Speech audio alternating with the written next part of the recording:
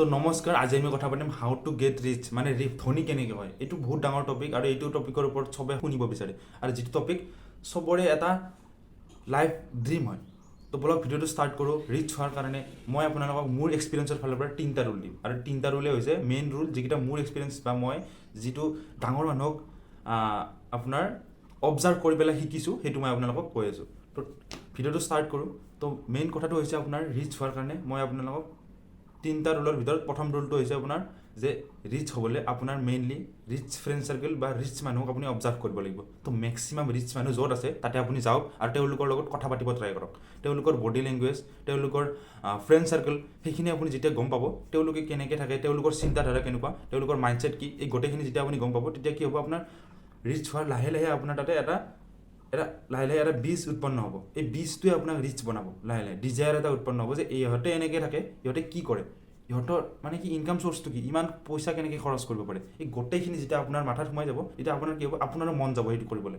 আৰু সেই লগে লগে আপুনি নিজে নিজৰ ফালৰ পৰা এফৰ্ট দিব যে মই কি কৰিব পাৰোঁ। এই বস্তুটো আহিব এই প্ৰথম ৰুলটোৰ পৰা। ছেকেণ্ড ৰুলটো হৈছে আপুনি প্ৰথম ৰুলটো কেতিয়াও নাপাহৰিব। সেইটো হৈছে ছেকেণ্ড ৰুল। প্ৰথম ৰুলটো যদি আপুনি এপ্লাই কৰি থাকে আৰু লগে লগে সদায়তো আপুনি ৰিচ মানুহৰ মাজত যাব নোৱাৰে, সদায়তো যাব নোৱাৰে, কিন্তু আপুনি ৰিচ মানুহৰ যিবিলাক কথা আপুনি মোবাইলত চাব পাৰে, ৰিচ মানুহৰ যিবিলাক কথা কিতাপত লিখি থৈছে সেইবিলাক পঢ়িব পাৰে আপুনি। সেই গোটেইবিলাক পঢ়ি পেলাই আৰু নেক্সট ষ্টেপ এটাত আপুনি এটা ফৰৱাৰ্ড ষ্টেপ এটা পাব পাৰে। যেনেকৈ প্ৰথম ষ্টেপটোত আপুনি তাহাঁতৰ মাইণ্ডছেট আৰু ফ্ৰেণ্ড চাৰ্কেল বা তাহাঁতৰ গোটেইখিনি গম পালে। ছেকেণ্ড ষ্টেপটোত আপুনি তাহাঁতৰ ডেইলি আপুনি তাহাঁতক লগ নাপায়, আৰু কিছুমান এনেকুৱা মানুহ আছে তাহাঁতক লগে নাপায় আপুনি। তো সেইবোৰৰ কাৰণে আপুনি কিতাপ পঢ়ক, তাহাঁতৰ মাইণ্ডছেট কেনেকুৱা তাহাঁতে কিতাপত লিখি দিয়ে, তাহাঁতৰ মাইণ্ডছেট কি তাহাঁতে ইণ্টাৰভিউত কৈ দিয়ে, সেই ইণ্টাৰভিউবিলাক চাওক। তেতিয়া কি হ'ব, তাহাঁতৰ মাইণ্ডছেটটো আপুনি লাহে লাহে গম পাব ধৰিব। আপুনি গম পাব যে মই কি কৰিম, মই কি কৰিম, মই কি কৰিম। আৰু সেই কুৱেশ্যনটো লাহে লাহে আপোনাৰ মনত আহিব আৰু আপুনি তাৰ উত্তৰ বিচাৰিব, আৰু উত্তৰ বিচাৰাৰ লগে সেই উত্তৰটো আপুনি পাই যাব। তো সেইটো হৈছে ফাৰ্ষ্ট এণ্ড ছেকেণ্ড ক্ৰেক।